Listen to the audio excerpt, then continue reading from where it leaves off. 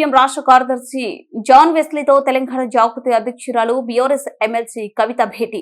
బీసీలకు 42% రిజర్వేషన్ల సాధనకై July 17న చేపట్టనున్న rail roko కార్యక్రమానికి మద్దతు ఇవ్వాలని కోరిన ఎమ్మెల్సీ కవిత బీసీ ఉద్యమానికి సంపూర్ణ మద్దతు ప్రకటించిన సిపిఎం రాష్ట్ర కార్యదర్శి.